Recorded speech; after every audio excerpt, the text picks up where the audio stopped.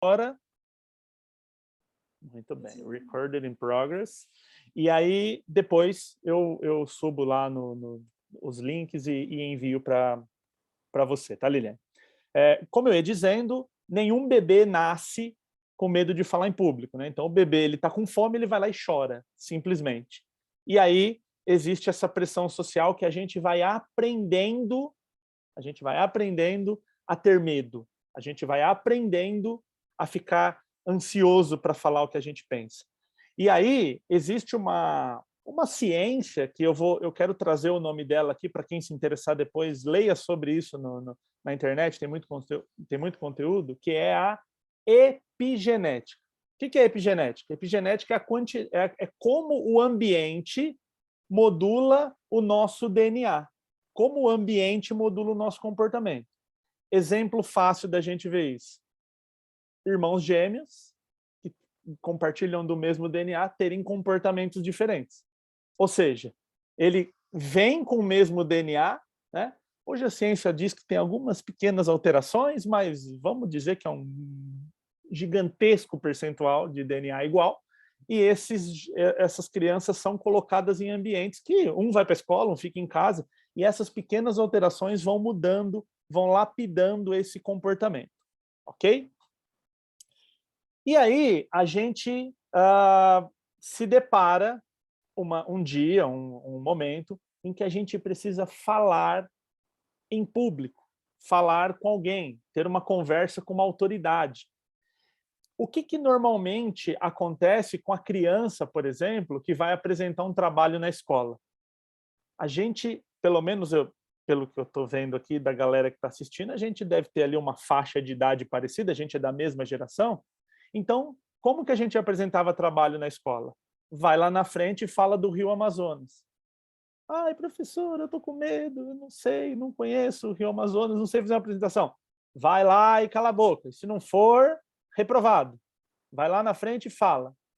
Essa criança vai lá na frente, totalmente apavorada, totalmente com medo, e quando ela vai expressar aquilo ali que ela estudou, enfim, que ela vai ter que falar ali na frente das pessoas, ela comete algum tipo de erro.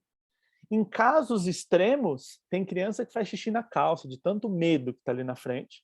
E aí o que acontece? O ambiente, as crianças riem, vi xixi na calça, joga bolinha de papel, a professora fala, sai daí, você é burro, você não sabe. E aí o que essa criança acabou de fazer? Tem um processo na neurociência chamada engrama, não é eneagrama, tá? Eneagrama é uma outra coisa. Engrama. O que é o engrama? O engrama é um conjunto de neurônios que aprendem a fazer um comportamento. Então, por exemplo, quando você acorda, você vai escovar os dentes. Quando você chega lá e entra no banheiro, você ativa um engrama.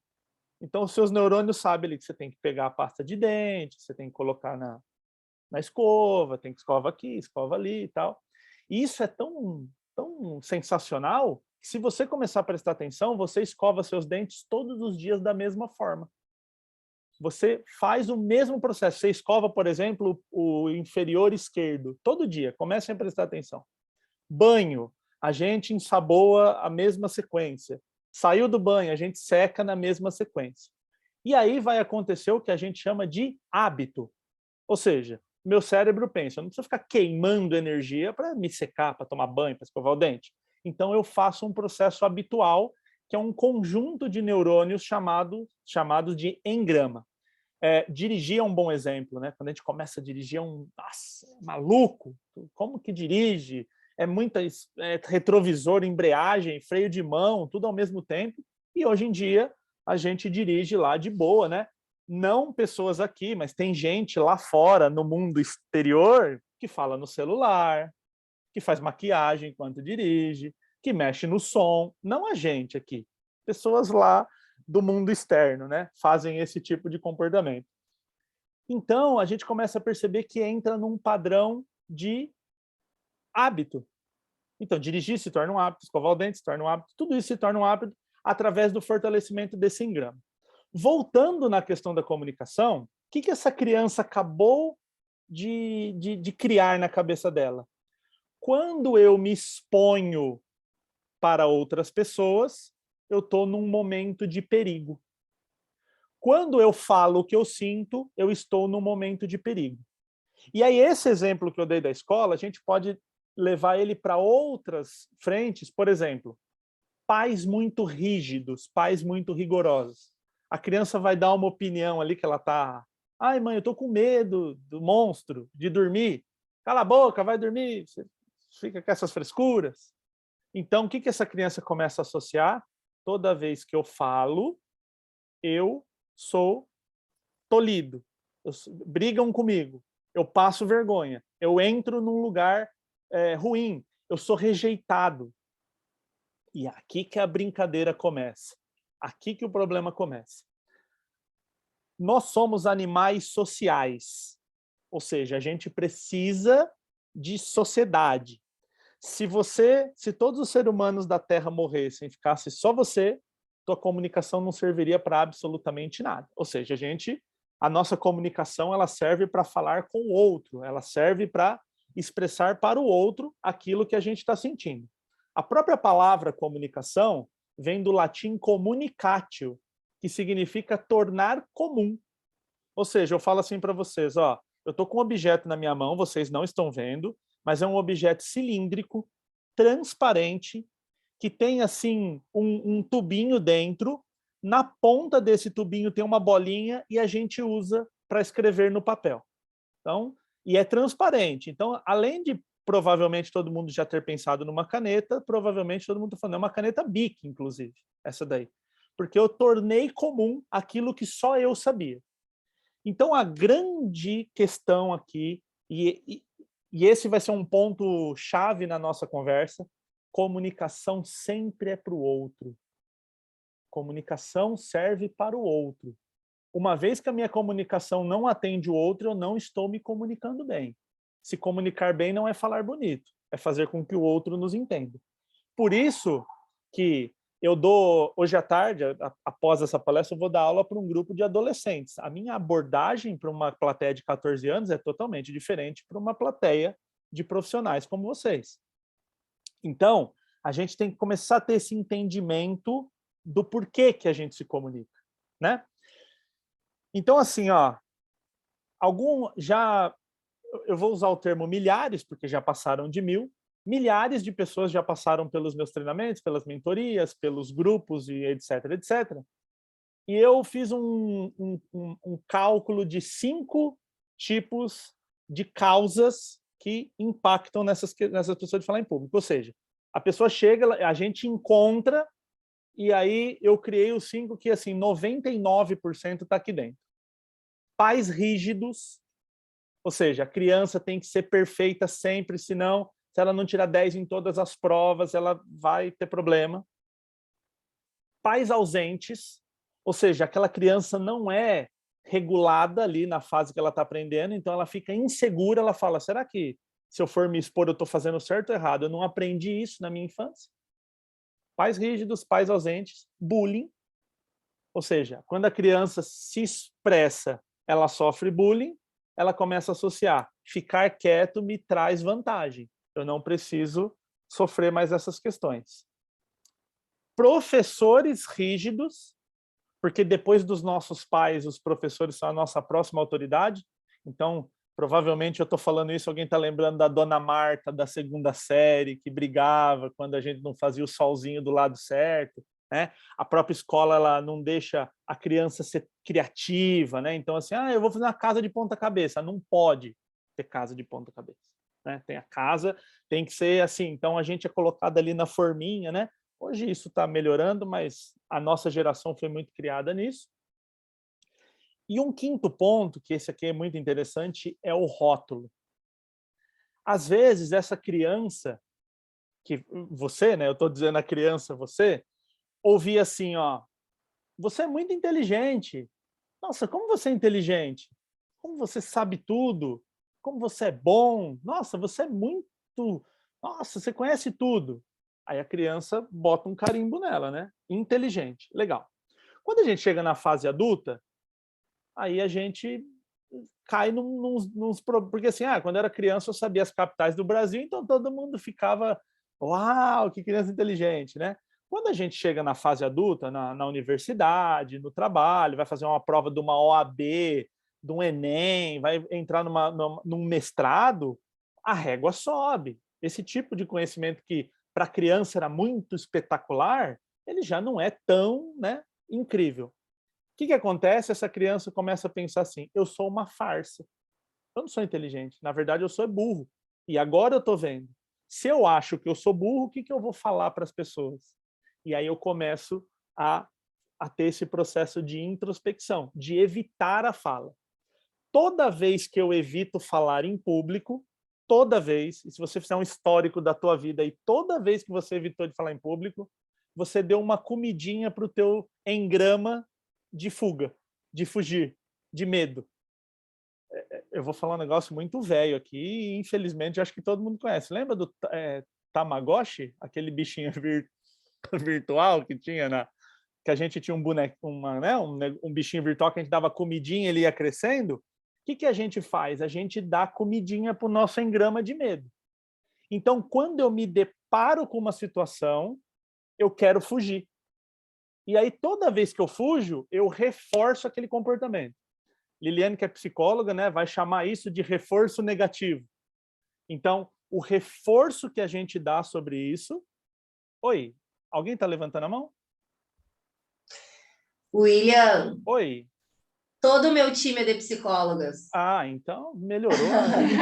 Todo mundo está falando aqui no condicionamento. Aí, ó. Então pode faltou, seguir. Né? Boa. Então também faltou da minha parte ter feito essa pergunta antes. Mas vocês já... Tranquilo, eu também não falei, tranquilo. Vocês já no entendimento sabem que esse é um reforço que vai acontecer, e na neurociência a gente vai tratar esse processo mais da maquininha aqui como esse conjunto de neurônios, eles vão se fortalecer para sempre fugir.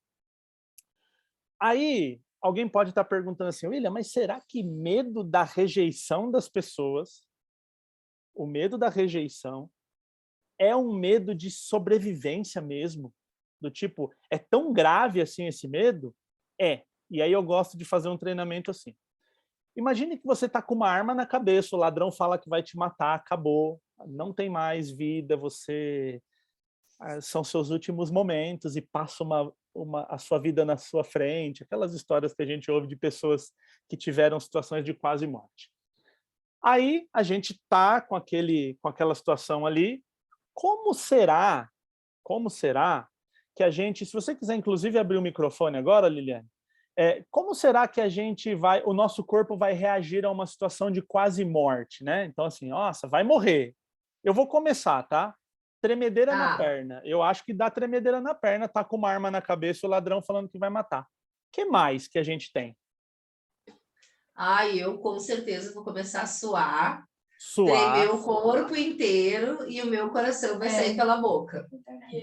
Muito bom. Fala alto pra gente ver. Ficar gaguejando. Eu já ia gritar. Gritar. E eu acho que eu não ia conseguir gritar. Eu acho que eu não ia conseguir gritar. Porque eu tive uma vez uma situação não tão parecida assim, mas o medo foi de morte, né? Porque eu era criança. A minha avó tinha uns cachorros lá no pátio da casa dela, e os meus primos faziam judiaria para mim e queriam colocar os cachorros em mim. E eu ficava travada nesse jeito que eu tô falando, e eu não conseguia gritar, não dizia socorro, sabe? Não conseguia. Travou, né? Coisa louca, né?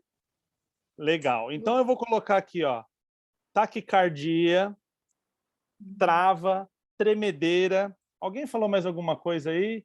Gagueira, gagueira. Falou. A Vanessa falou que ia gritar. A Jace. Era a questão do... taquicardia. Eu fico parada. A Malu ia ficar paralisada. Paralisada. Legal. Legal. Já tenho conteúdo aqui para testar a minha tese. Agora, o que eu quero fazer? Eu quero trocar a pergunta, mas eu vou manter as respostas. O que a gente sente quando tem medo de falar em público? Como que o nosso corpo reage? Tremedeira. Do mesmo jeito. A gente trava. a gente tem taquicardia, a gente tem gagueira, né? É mais gagueira do que quando a gente vai falar em público. Tem o grito aqui que pode ser, inclusive, interpretado como algo assim, por exemplo, imagina que a arma na cabeça a gente grita num momento de desespero. Imagina você receber a notícia que você vai 1000 pessoas ali atrás da cortina e você vai entrar para falar. Então a pessoa pode ter Não vou! não, por favor. Ficar paralisado, muito comum, né? A pessoa que está lá na frente, ela trava e fica paralisada. Então, o que eu quero dizer com isso? Que o nosso medo, na verdade, não é de falar em público. É o nosso medo de ser rejeitado pelas pessoas. Por quê? Porque no nosso DNA, ser rejeitado significa morrer. Igual eu acabei de mostrar. William, me permite fazer uma colocação? Claro. É bem importante isso que tu está falando, né? Porque isso é ressignificar uma crença, né? Porque quando a gente traz que falar em público é uma crença, eu lembro da primeira vez que a gente teve contato, eu e tu, que tu me explicou sobre isso, né? Falar em público, para mim, era uma crença de que o medo era isso, mas na verdade não. O medo é a percepção do outro sobre o que eu estou falando, né? A avaliação do outro, né? Então a gente tem que cuidar muito para não colocar um foco para desenvolver uma coisa errada, né? E o que a gente tem que desenvolver é exatamente isso que você está falando. O medo de falar em público não é falar, é a opinião, talvez, do outro, enfim, né? E aí bate em cada pessoa de um jeito, né? Que vamos pensar como é inteligente o cérebro, né? Se eu falo para você, ó, atrás daquela porta tem um ladrão armado, um pitbull querendo morder, um jacaré, a gente não vai lá. É óbvio. Ou seja, se eu estou indo para um lugar onde eu coloco a questão de ser rejeitado, ótimo, eu não vou. A escolha é muito fácil. É muito fácil escolher entre fico aqui gostosinho no meu sofá sem fazer nada ou vou lá falar em público e ser rejeitado. E vai acontecer uma tragédia, as pessoas vão rir de mim, vai acontecer todas aquelas coisas que a gente cria. E acredite, se você cria essas coisas, assim, eu gosto de falar assim, continua criando, mas saiba que é uma criação da cabeça. Vocês todas, como psicólogas, sabem bem do que eu estou dizendo. Então, o que eu gosto de falar em 4 passos, 4 colocações, 4 pilares, em que eu quero começar a trazer incômodos na sua mente para a gente poder falar em público e começar a mudar essa concepção, como eu falei no começo. Eu não quero aqui dizer, olha, isso aqui é o certo, me sigam, eu sou o guru do conhecimento. Pelo contrário, eu sou aquele que vai incomodar e fazer você pensar sobre o próprio medo. O primeiro ponto que eu quero trazer é controle o seu ego. E aqui o ego, gente, eu não quero entrar no ego freudiano, tá? Aquele ego inconsciente, aquela coisa freudiana, né? Eu não sou psicólogo, mas a linha que eu gosto mais da psicologia, inclusive, eu vou mais para o comportamental e tudo mais, mas aqui eu quero falar de ego da palavra mesmo, a palavra ego, tá? A palavra ego em latim significa eu, em latim. Inclusive, é incrível isso. Alemão, inglês, francês, romeno, tem 1 milhão de idiomas muito diferentes da gente que a palavra ego existe e significa a mesma coisa. Então, a palavra ego, como a raiz de muitos idiomas vieram desse lugar, o grego e o latim, eles usam a palavra ego como eu, tá? Então, lá no pronome eu, em latim e em grego, que foi base de muitas línguas, muitos idiomas, significa eu. Ismo na rede social, na língua portuguesa, ismo significa relativo a. Ou seja, o patriotismo é relativo à pátria. O empreendedorismo é relativo ao empreendedor. E o egoísmo é relativo a mim. Eu sou o centro das atenções. Agora eu quero trazer uma reflexão para você. Muito provavelmente, ninguém está aqui hoje para me ver. Não, do tipo, nem sei o que vai ter lá, mas eu vou lá ver o William. O William é legal, quero ver o William. Pessoa William, não quero saber o que ele vai falar. Se ele falar lá receita de bolo, para mim tá tudo bem. Eu quero ver o William. Eu acredito que ninguém está aqui por isso. Cada um está aqui porque entende que este conteúdo, este evento, isso que a gente está conversando, é importante para si mesmo. Então, no final das contas, as pessoas têm muito mais o que fazer, vocês têm muito mais o que fazer do que ficar aqui me julgando. Ah, o William é isso, o William é aquilo. Não, do tipo, se o William entrega algo que é importante para mim, show. Se o William não entrega algo que é importante para mim, não serve. Por isso que eu gosto de dizer sempre o seguinte, quando você for fazer uma apresentação, evita de ficar contando o teu currículo inteiro, estudou, falou, porque no final das contas as pessoas não estão muito ligando para isso. As pessoas querem resolver os seus próprios problemas. Quando a gente entrega a solução dos próprios problemas, a gente ganha o ativo mais valioso que um ser humano pode dar para o outro, que é a atenção. Então, se você me dá atenção, a partir do momento que você fala, isso é interessante, eu gostei disso. Ou seja, o passo número 1 aqui é controle o seu ego. Comece a utilizar do altruísmo, ou seja, como que o meu conhecimento impacta na vida do outro positivamente. O que eu posso falar para que o outro seja beneficiado e a moeda de troca seja a atenção. Então, vamos imaginar assim, ó, que nós estivéssemos, obviamente, de forma presencial, e a gente falasse assim, pessoal, é o seguinte, ó, tem um carro ali fora, uma van, tem 50 cestas básicas, nós vamos entrar nessa van, a gente vai num asilo, num orfanato, entregar essas cestas básicas, brinquedos para as crianças, etc. Provavelmente ninguém ficaria ansioso ou com medo. Por quê? Porque eu estou doando meu tempo, minha energia, meu dinheiro em prol do outro.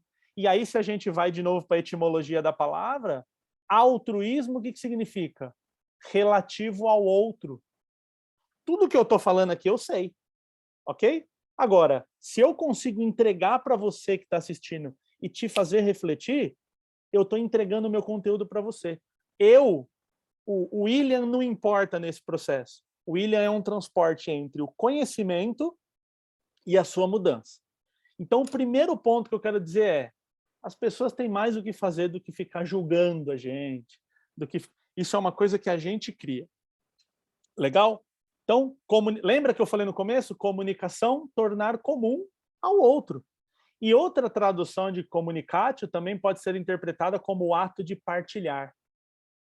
Eu sei algo e partilho com vocês. Você sabe algo e partilha comigo. E aí a gente faz essa troca. Muito bem? Segundo ponto, postura. A neurociência acredita muito que toda vez que eu tenho eu sinto algo, e esse algo que eu sinto interfere na minha postura. Então, normalmente, quando a gente vê uma pessoa triste, ela está assim. Normalmente, a gente vê uma pessoa alegre, está assim. Se eu falar para você, faz uma cara aí, eu só estou conseguindo ver a nossa colega ali que está com cachecol amarelo. É isso, eu só estou te vendo, mas não tem problema, não precisa mudar. Eu só vou pedir para vocês todos, né, com a nossa colega representada ali, faz uma cara de medo. Assim, se você tivesse com medo, tivesse que fazer um teatro, assim, como que é a cara de medo? Isso. Agora, olha, eu vou usar o seu... Como que é o seu nome? Abre o microfone. Vanessa. Vanessa. Eu vou usar a Vanessa de exemplo, mas eu imagino que todo mundo fez a mesma coisa. A Vanessa fez assim com a cara de medo, ó. Certo? Só que eu não falei assim, vai para trás. Eu só falei a cara. Só que medo traz para a gente o quê? O afastamento do perigo. É intrínseco da gente se afastar. Do mesmo jeito que se eu falar assim, faz uma cara de alegria, a gente faz assim, ó. Eu vou para cima da alegria, eu não vou para trás, me afasto. Não, alegria eu quero perto. Raiva eu quero perto.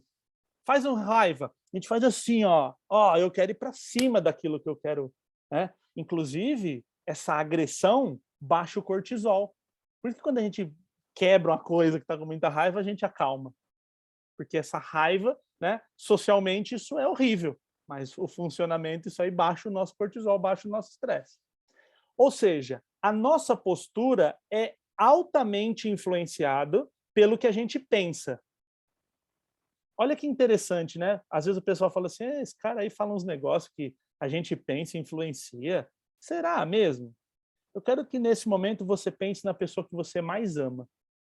Não precisa falar o nome, não precisa falar, eu só quero que você pense na pessoa que você mais ama. Ah, William, eu tenho 2 filhos, eu amo os 2 igual. Então pensa nos 2 juntos, tá? Não tem problema. Pode pensar em mais que um.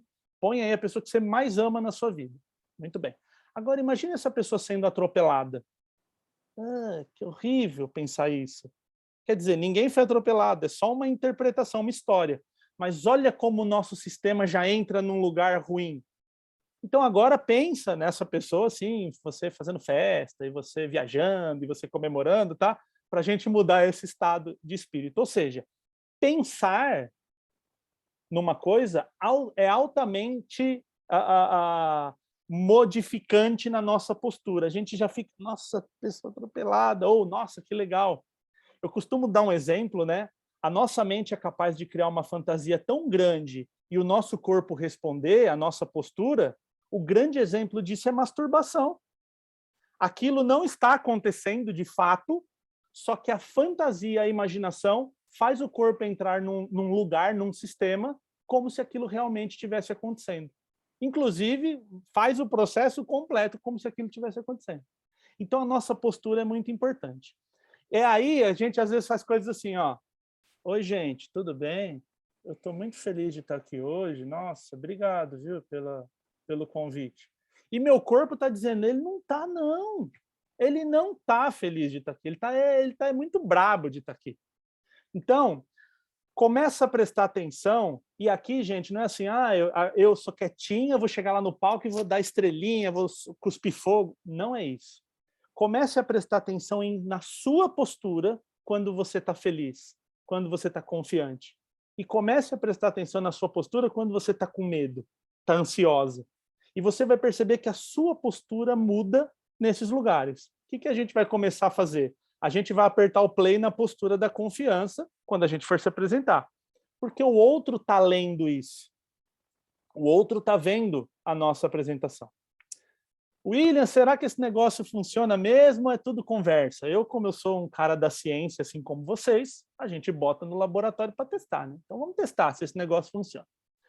Eu gostaria que todo mundo levantasse a mão direita, ok?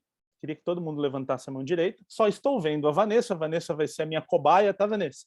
Mas eu quero que todo mundo me diga se funcionou, tá bom? Então a gente está aqui com a mão direita e eu quero que você me acompanhe, ok? Vamos lá? Levanta seu dedo indicador, vamos lá comigo. Todo mundo lá, dedo indicador, isso. Dedo indicador. Gente, dedo indicador, gente. Dedo indicador, gente. Isso, dedo indicador. Muito bem. Podem baixar, por favor. Eu não sei como foi o resultado aí, mas as duas da direita, a Vanessa e a colega do lado, eu já vi que ficaram assim, ó. Olha como isso é incrível. Pode baixar, tá, gente? Eu tô dando um comando verbal e tô dando outro comando corporal. Mas nós, através dos neurônios espelho, temos uma tendência de grupo a se imitar. Então, se eu estou falando assim, oi, gente, tudo bem? Uma que é clássica é assim, ó, meu produto é muito bom. Você tem que comprar meu produto. Nossa, você tem que fazer isso que eu estou te falando. E aí o meu corpo está dizendo, não faz não, que não é tão bom assim não. Tá? Então, essa postura, olha como a gente cai nessa pegadinha do indicador aqui. E, gente, assim, ó, às vezes uma palestra de 300 pessoas, todo mundo cai. Todo mundo. Tem gente que levanta o indicador, olha como isso é louco. A pessoa levanta o indicador, e aí ela vê que está todo mundo com o polegar levantado, ela duvida do próprio conhecimento do que é um polegar e do que é um indicador, e ela muda. Ela começou certo e ela faz errado. Vanessa, quer falar alguma coisa? Abre o microfone, por gentileza. Eu não estou te ouvindo. Oi. Oi, agora sim. É que veio a pergunta e daí tu não viu que a gente ia perguntar, que eu estou falando, e sumiu da minha cabeça. Daqui a pouco ela volta. Ah, tá bom. Tá bom. Vai anotando aí, depois fala. Então, gente, vamos lá. Controle do ego, ou seja, comunicação é para o outro. Um exemplinho rápido aqui. A gente se encontra, vamos andando na rua, a gente se encontra. Oi, William, oi, fulano, tudo bem? Legal. Aí eu falo, e aí, como é que você tá? Aí você fala assim, correria, né? Estou trabalhando bastante. Qual que é a minha resposta automática? Eu também estou trabalhando bastante, correria. Aí é uma conversa que cada um fala de si mesmo. Pode prestar atenção a partir de hoje. Chegou em casa, você pergunta assim para uma pessoa, como que foi seu dia? Seu marido, esposa, filho, amigo? Pergunta, a gente tende a falar da gente, aí fica cada um falando de si mesmo. Dificilmente a gente fala assim, a pessoa, estou na correria. Aí você fala assim, é mesmo? O que você tem feito? Como é que tem sido? E aí o interessado ou a interessada se torna interessante. Quando eu estou interessado no que o outro precisa, eu me torno uma pessoa interessante. A interessada se torna interessante. Então, nas conversas 1 a 1, começa a prestar atenção nisso. Será que é tão louco isso que a pessoa fala assim, eu tô com dor de cabeça. Você fala, eu tô com William, cefaleia. Oi. repete a última frase que tu falou, a interessada? Não entendi. A interessada é interessante. Tá, me devolve o exemplo e faz de novo. Então, vamos lá. Quando, por exemplo, a gente tem uma questão assim, eu encontro a Liliane, e a Liliane, como é que tá? A Liliane fala assim, tô correndo, muito trabalho e tal. Ao invés de eu ser interessado em você, de fato, e falar assim, é mesmo, Liliane, o que você tem feito? Aí você fala, tenho dado lá treinamentos e tal, atendimentos. É mesmo? E aí, como é que é? Eu atendo empresa. E aí eu me interesso por você. E aí eu me torno uma pessoa interessante. Nossa, como é legal conversar com ele. Vou fazer uma pergunta. Por favor. Isso aí é super importante, por exemplo, para nós, assim, trabalhamos com cliente, né? Porque às vezes a gente cai nisso, assim, né? O cliente vem e te fala uma coisa, e a gente, por não saber, às vezes, como continuar a conversa com esse cliente, repete, pois é, a gente também está correndo. E isso faz que não transforme essa conversa em negócio. Então, por isso que eu fiz essa intervenção, assim, que é isso que eu quero com o time, assim, que essa conversa se transforme em negócio. Como de alguma forma eu vivo do negócio que fecha com o cliente, sempre que eu tô com ele eu quero falar de negócio, né? Então eu sempre quero instigar que ele me fale dele para falar de negócio. E isso que ele tá falando é super importante quando vocês estão com o cliente também, às vezes até sozinha, né? Porque é isso aí que por isso que você repetisse, né? E bem isso aí, a interessada se torna interessante, né? E daí a gente consegue trazer para eles, à medida que vai evoluindo a conversa, soluções para aquilo que ele está trazendo. Agora, se eu disser que eu estou no mesmo barco que ele, eu não posso trazer solução para ele, né? Exatamente isso. Um dos vídeos mais vistos que eu tive nas redes sociais é um vídeo que eu falo assim, como ler mentes. A pessoa acha que negócio lá, faz uma magia lá, e não tem nada disso. Como que eu leio mente? Fazendo pergunta. Então, quando eu me torno uma pessoa interessada, eu começo, e aí, como é que tá? Como é que é isso? Tô correndo. E aí, mas que produto vende mais? Qual está sendo a sua dificuldade? O que está acontecendo? E você só joga a pergunta. E, gente, perguntas abertas, existem perguntas abertas e fechadas. Perguntas fechadas são perguntas que a gente responde com sim ou não. Você vai na festa hoje? Sim ou não. Isso é uma pergunta fechada. Agora, como é que está lá na sua casa a relação com seus filhos? Não dá para responder sim ou não. Eu tenho que responder algo. E toda vez que eu começo uma pergunta com porquê, eu coloco uma questão emocional no meio. Eu falo assim, você ama seu filho? Aí você fala assim, amo, claro, amo muito. Por quê? Aí você tem que buscar um lugar para responder isso. Você tem que ativar uma emoção. Perguntas que começam com porquê são extremamente importantes. Perguntas que começam com como, elas colocam ação. Então eu pergunto para você, e aí? Como é que é a relação com os filhos? Muito legal. E como você tem sido como mãe? Eu preciso achar uma ação. Eu levo eles para o parque, eu dou atenção, eu faço qualquer coisa, eu ensino. Ou seja, eu coloco ação naquele negócio. Então, aqui é muito importante. Gente, assim, quando você estiver... O Jung, né, fala uma frase que é assim, conheça todas as ciências, estude todos os artigos, leia todos os livros, mas quando tocar uma alma humana, seja outra alma humana. Então, aquele papel na psicologia, a anamnese da psicologia, ela tem que ser levada para as conversas do dia a dia, porque ali o psicólogo, você não fala assim, eu também estou correndo. Não, o paciente ali é o importante. Só que às vezes a gente esquece de fazer isso no dia a dia. Aí é aquele exemplo. Ah, eu tô com dor de cabeça, eu tô mais. Ah, eu tô muito correndo, eu tô correndo mais. Eu tô com um problema, eu tô com mais problema. A gente fica numa competição de quem ganha a conversa. Só que quando você sai desse padrão e se interessa de fato pelo que o outro está falando, vocês vão ver a vida virar. É incrível. As pessoas se assustam. Assim, tipo, ninguém... É como a gente ir lá na C&A, na Renner, e a pessoa fala assim, quer fazer o cartão? Você fala, quero. Aí a pessoa fala, não sei como faz agora. Nunca ninguém falou que queria fazer o cartão comigo. Então a pessoa não sabe nem como reagir. É incrível, é incrível. Outra coisa que eu quero trazer para você é, chame as pessoas pelo nome. É tão bobo isso, tão simples, mas é incrível.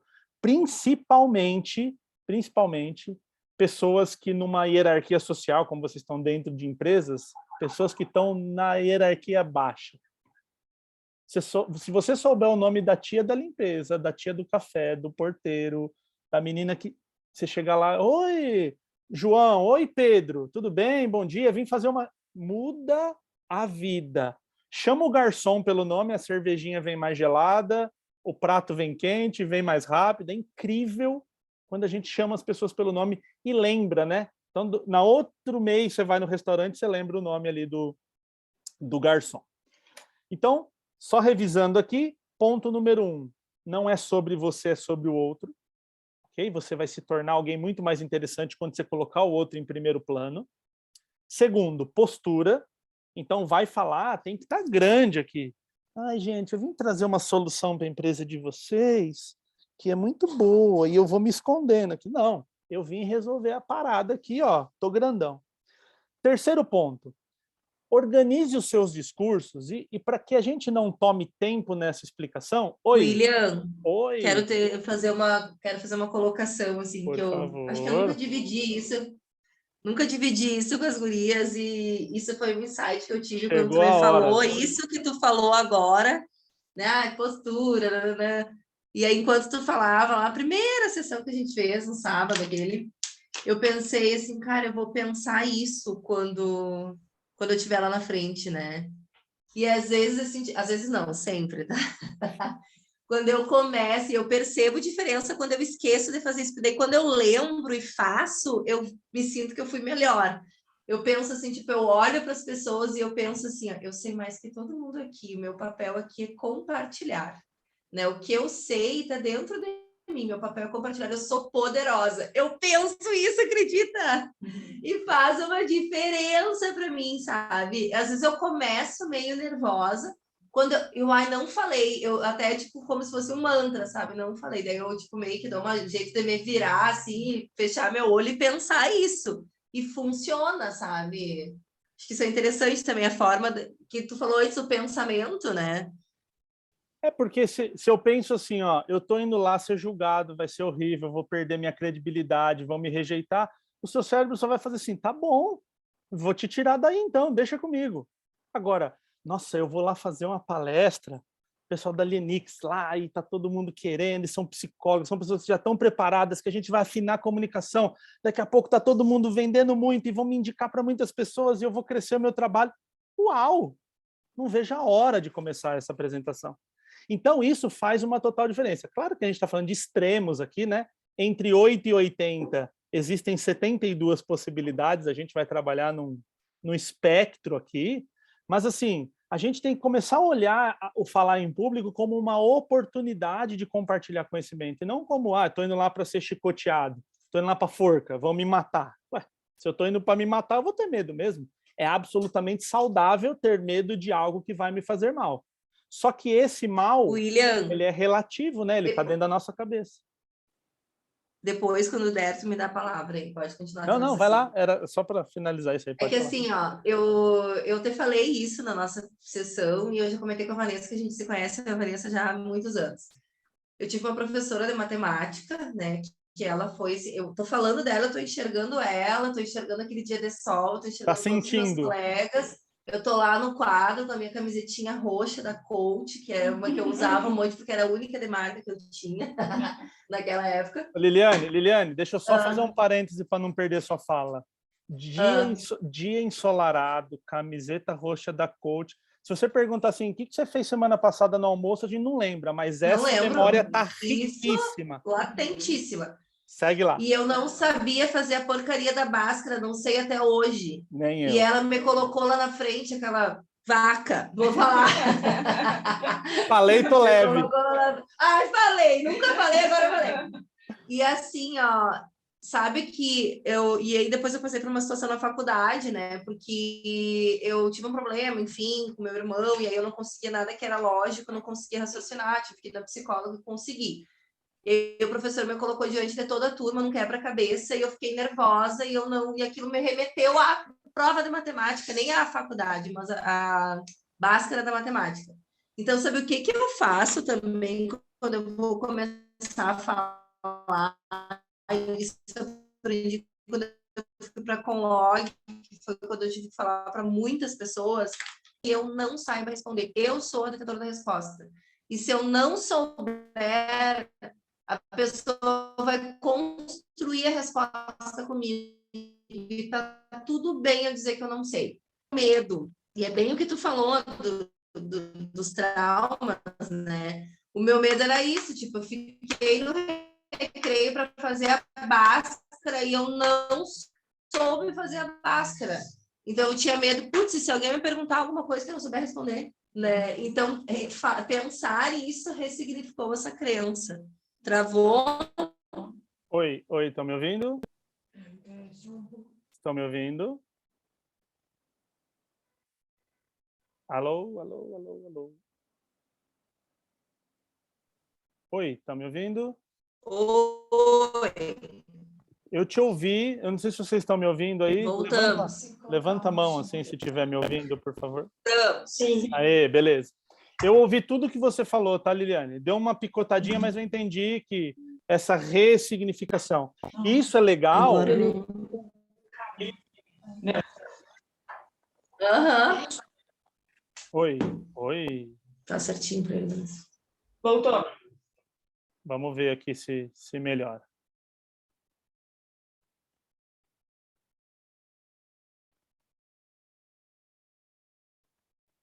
Oi. Oi, a gente te ouve, tu nos ouve? Agora sim, agora estabilizou. Legal. Eu ouvi tudo que você disse, tá, Liliane? E assim. Mas tu pegou a essência. Sim, e eu entendi, é isso mesmo. E aí, a própria psicologia, ela fala sobre a dessensibilização, né?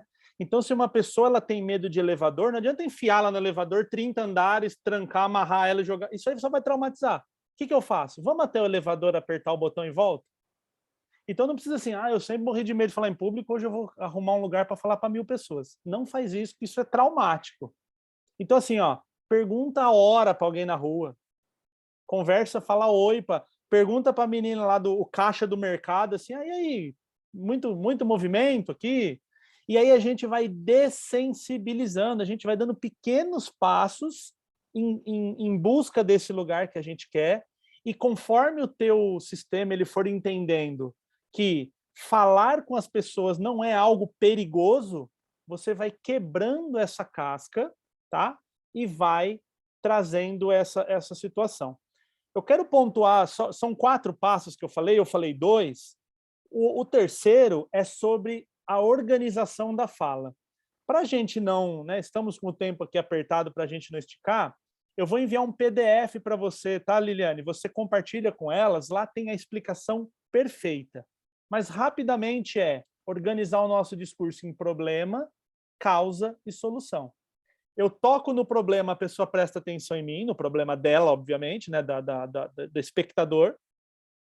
Eu explico a causa do problema, esse é um detalhe que faz toda a diferença, porque quando você explica o porquê das coisas, você se torna uma autoridade.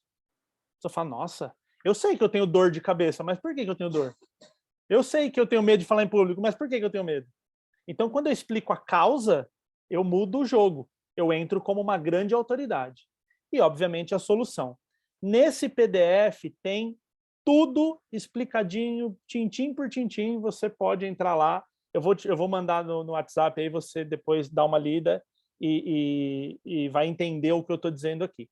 Lá, inclusive, tem uns campos, você vai preenchendo os campos, no final o teu roteiro está pronto, tá? É bem didático ali o conteúdo. E o quarto e último passo que eu digo é repetição. Só tem uma profissão que dá para fazer uma vez só, que é homem-bomba. Tirou homem-bomba, tudo que a gente vai aprender na vida tem que fazer repetidas vezes, né? Então, imagina lá você, você se formou na psicologia, fez o seu primeiro atendimento, você estava morrendo de medo, provavelmente, não sabia o que falar, como que se portava, o que perguntava. Hoje, fazer um atendimento se tornou uma coisa habitual. Conversar com as pessoas ali, né? Não sei se todo mundo aqui faz clínica e tal, mas colocar o teu conhecimento de coisas que você faz cotidianamente é tranquilo. Um dia andar para você foi um grande desafio. Hoje a gente anda sem precisar pensar, né? Que anda. Andar de bicicleta, dirigir, fazer maquiagem, sei lá, fazer qualquer outra, tocar um instrumento. Nossa, quando a gente vai tocar um instrumento, você fala, meu, como que alguém toca isso? Corda e nota e batida, ritmo, é muita coisa ao mesmo tempo. Depois só toca, porque a repetição tem esse papel incrível. Então, assim, eu estou muito feliz de compartilhar isso aqui com vocês. Eu gostaria muito que todas as dúvidas que surgirem amanhã, porque às vezes você vai para casa agora, aí vai ter alguns insights, traz para a Liliane essas dúvidas, porque a gente troca e eu gravo alguma coisa para vocês, tá? E estou bem feliz de estar aqui, viu Liliane?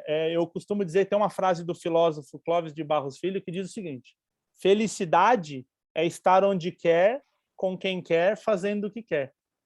Então, quando a gente está nesse momento, aquele segundo que a gente está falando, eu não queria estar em outro lugar fazendo outra coisa com outras pessoas, isso é felicidade. E se alguém aqui teve um momento de felicidade aqui, de falar, nossa, como eu queria estar aqui agora ouvindo essa informação, minha missão aqui está cumprida.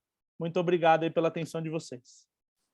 William, eu que te agradeço, foi ótimo. Eu sabia que ia ser um investimento, né? Trazer tu aqui para nossa convenção é um dia super especial para nós. Então, assim, com certeza a gente vai se encontrar mais vezes. E tu é ótimo, já te falei, né? Tu é o cara, tu é fera. Obrigado. Olha só, nós queremos tirar uma foto contigo, tá? Então dá um sorrisão aí, bem gato. Arruma essa cabeleira aí, bem gato. Deixa eu pôr aqui, vamos arrumar. Peraí. Tá bonito, tá bonito, tá bonito. Ó. Eu vou botar no temporizador aqui. Podem parar todas ali, por favor. As duas de lá, duas aqui, que eu paro do lado da Malu. Vai ter que vir para frente na mesa, a Andressa também, para elas virem aqui se abaixar.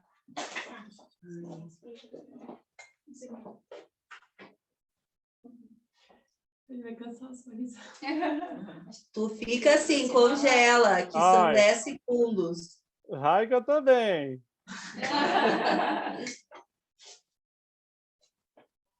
Vanessa. Tá certo? Só um pouquinho que a Vanessa não apareceu. Mas é que não, tu não aparece, tem que ir bem por alto. Eu vou baixar um pouco mais. Mas eu tô lá. Não, é que é a tua cabeça. É que eu fico assim? É que eu fico assim, que aí eu libero espaço. Tá, sim, beleza. Ó, para eu poder entrar aqui.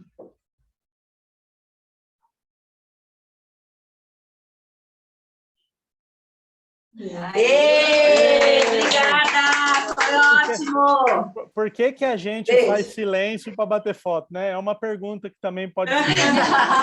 Mas depois tem que ter o E. Então tá, depois eu falo contigo. A gente fica tudo quietinho para bater a foto. Meninas, obrigado. Depois passa lá no Instagram, me sigam, estou à disposição. Foi uma grande honra. Desculpa a correria, mas a gente está disponível aqui para tirar as dúvidas. Capaz. Eu que agradeço tu ter aceitado assim de prontidão. Beijo. Bora lá, manda o PDF hoje se tu puder. Agora. Tchau.